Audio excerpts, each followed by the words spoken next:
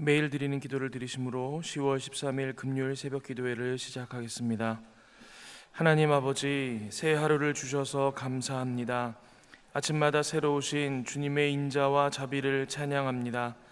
오늘도 절망이 가득한 전쟁터와 재난의 현장에 주님의 사랑을 비추어 주옵소서.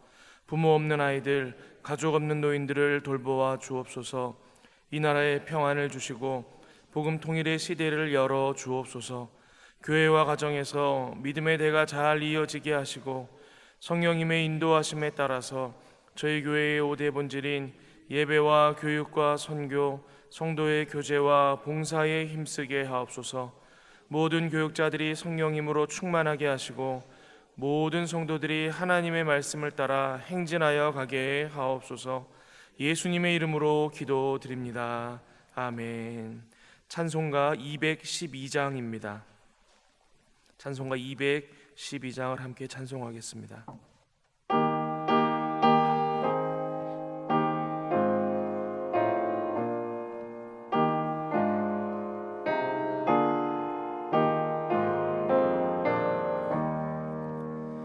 겸손히 주를 섬길 때 괴로운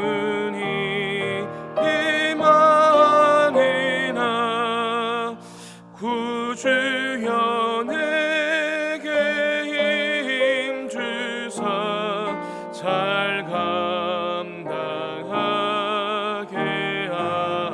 하소서.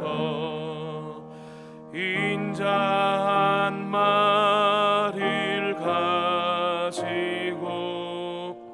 사람을 감화시키며 갈 길을 잃은 무리를 잘 인도하게 하소서. 구주의 귀한 힘내를 깨달아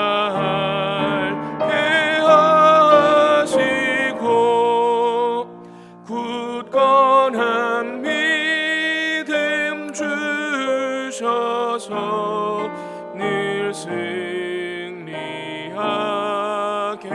하소서. 장래의 영광 비추사 소망이 되게 하시며 구주와 함께 살면서 참 평강 얻게 하소서.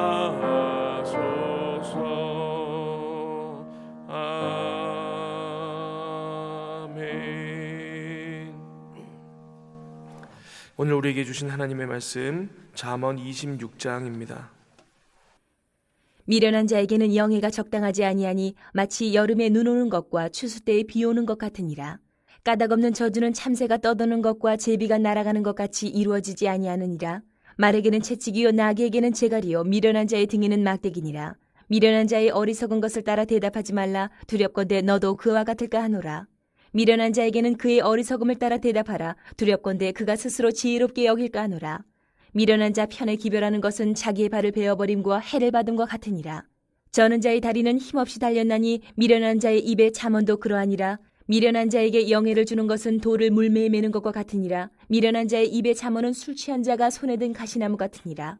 장인이 온갖 것을 만들지라도 미련한 자를 고용하는 것은 지나가는 행인을 고용함과 같으니라. 개가 그 토한 것을 도로 먹는 것 같이 미련한 자는 그 미련한 것을 거듭 행하느니라. 내가 스스로 지혜롭게 여기는 자를 보느냐? 그보다 미련한 자에게 오히려 희망이 있느니라. 게으른 자는 길에 사자가 있다 거리에 사자가 있다 하느니라. 문짝이 돌저기를 따라서 도는 것 같이 게으른 자는 침상에서 도느니라. 게으른 자는 그 손을 그릇에 넣고도 입으로 올리기를 괴로워하느니라. 게으른 자는 사리에 맞게 대답하는 사람 7보다 자기를 지혜롭게 여기느니라. 길로 지나가다가 자기와 상관없는 다툼을 간섭하는 자는 개의 귀를 잡는 자와 같으니라. 횃불을 던지며 화살을 쏘아서 사람을 죽이는 미친 사람이 있나니 자기의 이웃을 속이고 말하기를 내가 희롱하였노라 하는 자도 그러하니라. 나무가 닿으면 불이 꺼지고 말쟁이가 없어지면 다툼이 쉬느니라. 숯불 위에 숯을 더하는 것과 타는 불에 나무를 더하는 것 같이 다툼을 좋아하는 자는 시비를 일으키느니라. 남의 말하기를 좋아하는 자의 말은 별식과 같아서 뱃속 깊은 데로 내려가느니라.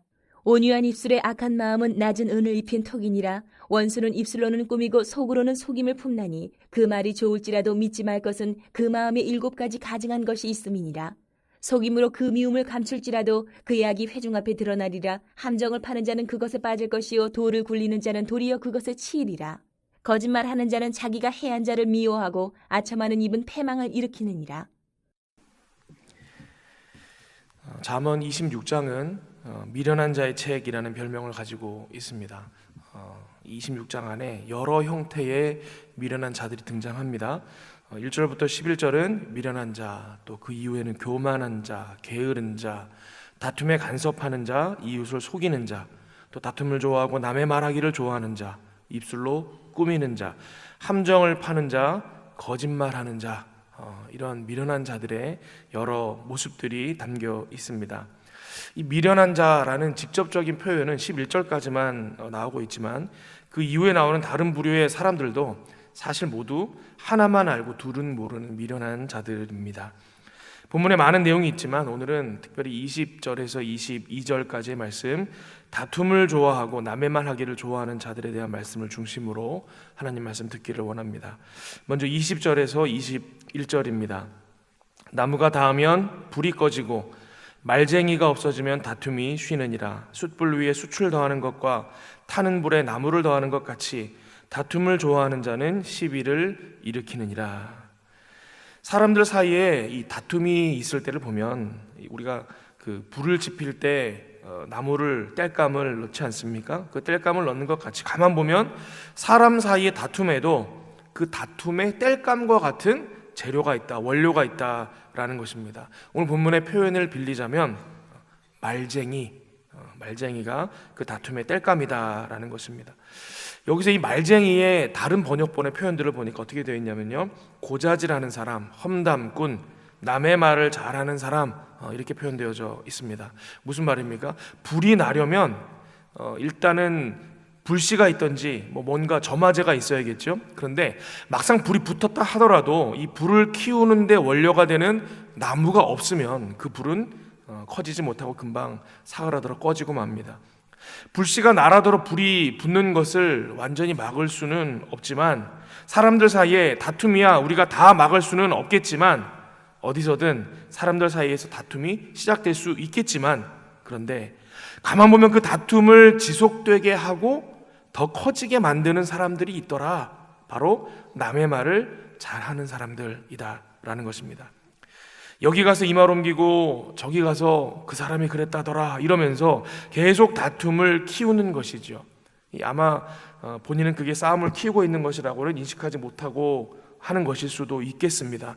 그러나 오늘 본문 21절처럼 남의 말 하기를 좋아하는 사람은 숯불 위에다가 숯을 더하고 불에다가 나무를 더하는 것 같이 계속 그 다툼의 불씨에 불을 키우는 부채질을 하는 것과 같다라는 것입니다.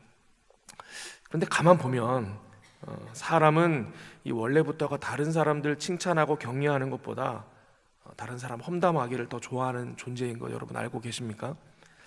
2009년에 한 방송사에서 실험을 한 적이 있었습니다. 주제가 소문이었습니다.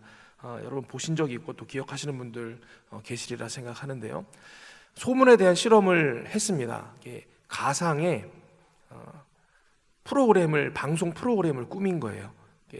100명의 방청객을 초대를 했는데 이 사람들한테는 이 방송이 지금 어떠한 실험을 위해서 가짜로 꾸며진 방송이라는 사실을 숨겼습니다. 100명의 방청객들은 어떤 토크쇼 같은 프로그램에 본인들이 방청객으로 등장한다라고만 생각하고 나왔습니다. 무대 뒤편에 100명의 좌석을 준비하고 100명의 사람들을 쭉 앉혔습니다. 실제로 프로그램이 진행되는 것처럼 진행자가 나오고 또 여러 사람들이 등장하고 카메라가 앞에서 촬영을 했습니다. 근데 실험의 내용인즉슨 그 사람들 중에 한 사람에게 소문을 흘렸다라는 거예요. 이 제작진들이. 그래서 어떤 연예인에 대한 나쁜 소식, 또 어떤 연예인에 대한 좋은 소식, 뭐 선행을 해갔다든지 그런 좋은 소식들을 양쪽 끝에 있는 한 사람들한테 하나하나 그 소문을 흘렸습니다.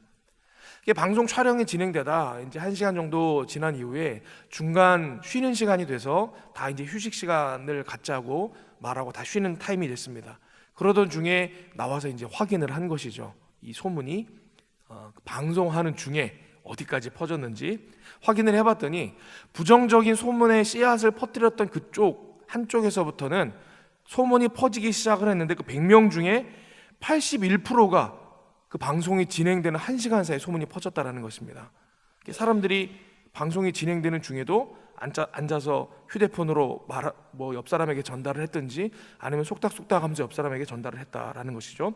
81%의 사람들이 그 연예인의 부정적인 소식을 전해 들었고 또 들은 사람의 86%는 전달했다라는 것입니다. 근데 반대로 한쪽 끝에서 흘린 긍정적인 소문의 씨앗이 있지 않습니까? 어떤 연예인이 좋은 일을 한 선행을 한 그 소문의 씨앗을 뿌린 것은 전체 사람들 중에 18%만 그 소문을 들었다라는 것입니다. 그리고 그 소문을 들은 사람 중에는 단 4%의 사람들만 그 이야기를 다른 사람들에게 또 전했다고 합니다. 여러분 이게 참 그런 게 저는 이 실험을 보면서 역시 우리는 죄인이구나라는 것을 느꼈습니다. 서로에게 별로 긍정적인 영향을 주지도 않을 이야기들은 그렇게나 열심히 전파하기를 좋아한다라는 것이죠.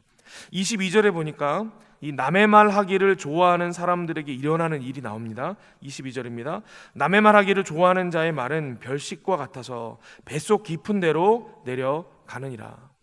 남의 말 하기를 좋아하는 사람은 그걸 얼마나 좋아하는지 마치 별식 먹듯이 즐거워한다라는 것입니다. 그런데 그 먹는 게 어떻게 되죠? 뱃속으로 내려가지 않습니까?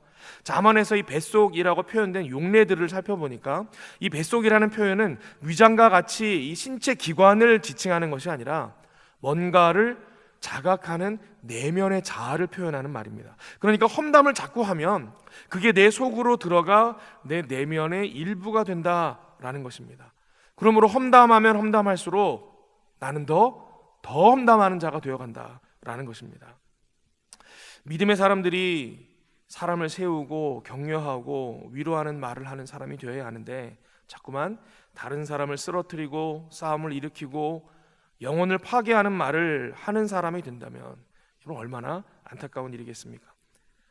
그런데 우리가 정신 바짝 차려야 할 것은 우리는요, 인간은요 원래부터 그런 존재들이라 본질상 진노의 자녀들이다 라는 것입니다. 일부러 그 죄의 물살을 거스르려고 하지 않으면 그냥 다 떠내려 가버리고 마는, 그래서 그냥 죄의 노예로 살아가는 것이 자연스러운 연약한 존재들이다 라는 것입니다. 여러분 그러면 어떻게 해야 되겠습니까? 오늘 잠언에서는 이 다툼과 험담을 좋아하는 사람들의 모습을 풍자하며 비판적으로 묘사는 하고 있지만 그러지 않기 위해서 어떻게 하라 라는 말씀은 구체적으로 나와 있지 않죠. 우리가 성경 전체를 근거로 해서 믿음의 사람들이 이러한 우리의 죄의 본성을 어떻게 막을 수 있는지를 좀 고민해 볼 필요가 있다, 그런 생각이 듭니다. 그러면 하면 이 죄의 특징, 이 다른 사람 험담하는 것이 나타날 그 출발점의 현상에서부터 한번 우리가 시작해 보자라는 것이죠. 첫째, 우리가 원체 다른 사람 좋은 얘기보다 이 다른 사람의 부정적인 얘기를 좋아하는 존재다 그랬습니다. 그래서 우리의 귀는 그런 부정적인 정보에 더 박습니다. 더 즐거워합니다. 더 재밌어합니다. 우리 속에 부정적인 것이 여러분 채워질 때에 해결하는 영적인 방법이 있는데 그것을 안 채우려고 노력하거나 혹은 그 채워진 부정적인 것을 없애려고 노력하는 것이 아니라 반대로 긍정적인 것을 채우면 된다라는 것입니다. 그것이 영적인 방법입니다. 여러분 방이 어두컴컴할 때에 그 방을 밝히는 방법은 무엇입니까? 방에 있는 어둠을 몰아내면 됩니까? 여러분 그런 방법은 없습니다. 방에 있는 어둠을 몰아내려고 하는 것이 아니라 등을 켜서 그 방을 빛으로 채우면 되는 것입니다. 골로새서 3장 16절에 이렇게 기록되어 있습니다. 그리스도의 말씀이 너희 속에 풍성히 거하여 모든 지혜로 피차 가르치며 권면하고 시와 찬송과 신령한 노래를 부르며 감사하는 마음으로 하나님을 찬양하고. 여러분 굉장히 간단한 영적인 원리가 담겨져 있습니다. 사람이라는 존재가 내게 무엇이 입력되었느냐, 인풋되었느냐에 따라서 나오는 게 다르다라는 거예요.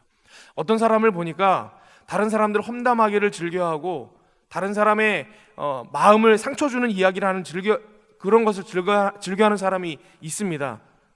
아니나 다를까 그 사람은요, 그런 것들을 좋아하는 분들이에요. 그런 것 듣는 것을 즐겨하는 분들입니다.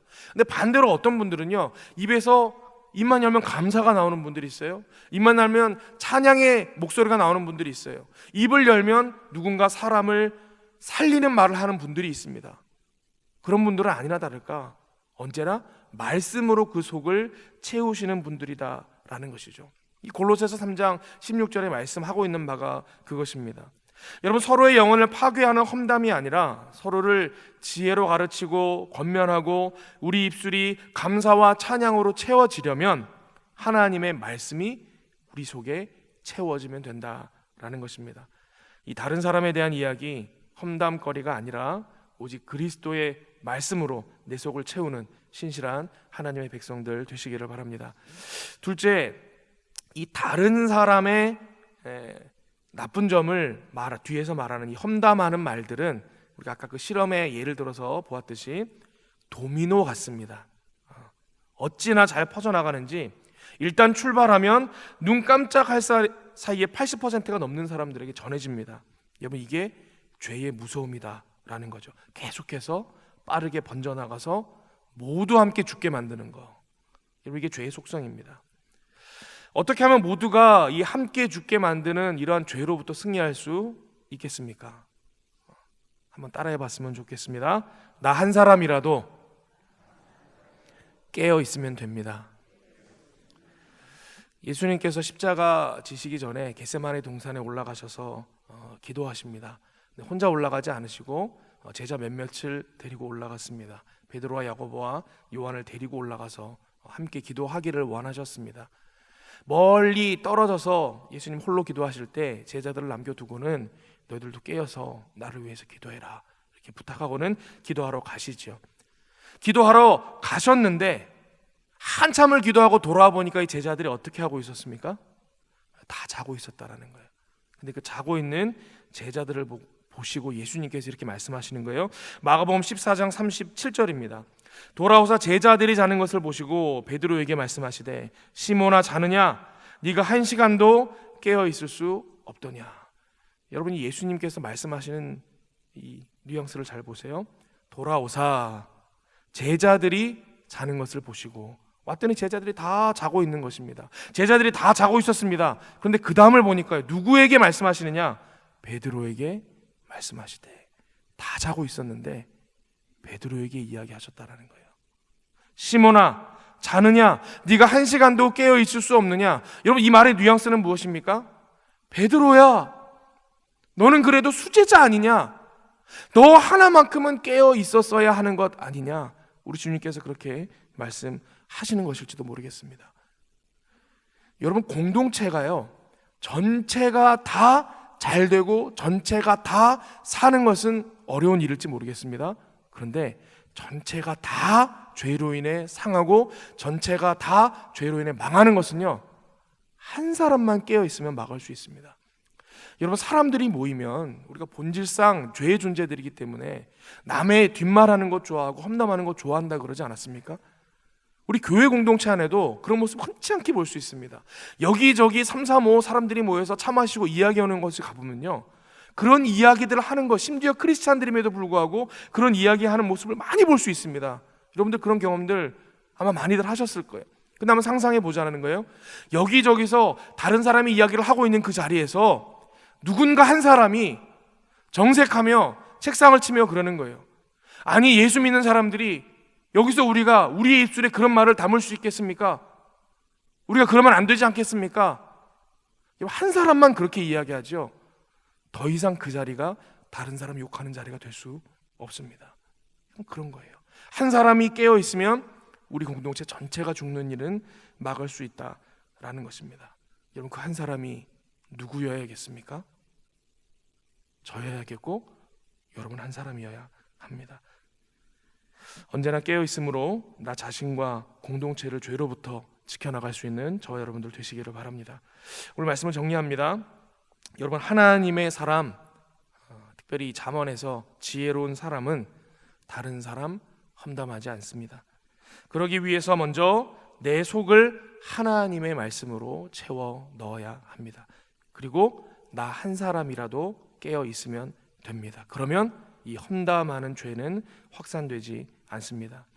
그래야 이제는 다른 사람을 미워하거나 험담하는 말로 이 우리의 마음과 입술을 채우는 것이 아니라 이웃을 사랑하는 마음으로 오히려 칭찬과 격려, 사람을 살리는 말로 우리 입술과 마음을 채워나가는 신실한 하나님의 백성들 되시기를 바랍니다. 함께 기도하겠습니다. 오늘 주신 말씀 붙들고 먼저 기도하길 원합니다. 우리 속에 있는 미워하는 마음과 험담하는 입술 정결케 하여 주시고 이웃을 사랑하는 마음으로 칭찬과 격려를 말하는 믿음의 백성 되게 하여 주시옵소서. 그렇게 기도하겠습니다. 이어서 기도하실 때 주간 기도 제목, 브라질 김경조 선교사님과 콩고 민주공화국 김경식 선교사님, 그리고 그 가정과 사역을 위해서 함께 기도하길 원합니다. 또한 고금리 고물가로 고통받는 전 세계 서민들이 안정되게 살 수 있는 환경이 조성될 수 있도록 하나님의 은혜를 구하며 기도합시다. 그리고 또 한 가지는 우리 이스라엘 하마스 분쟁으로 인해 어려움 당하는 많은 우리 이웃들이 있습니다. 아버지 하나님, 그곳에 평화를 허락하여 주시옵소서 기도합시다. 또한 그곳에서 복음 전하기 위하여 헌신하는 김정혁 선교사님과 그 가정의 안전을 위해서도 하나님의 은혜를 구하며 이 시간 함께 기도하길 원합니다. 우리 이러한 기도 제목을 가지고 함께 합심하여 기도하시고 자유롭게 기도하시고 돌아가시도록 하겠습니다. 함께 기도하겠습니다.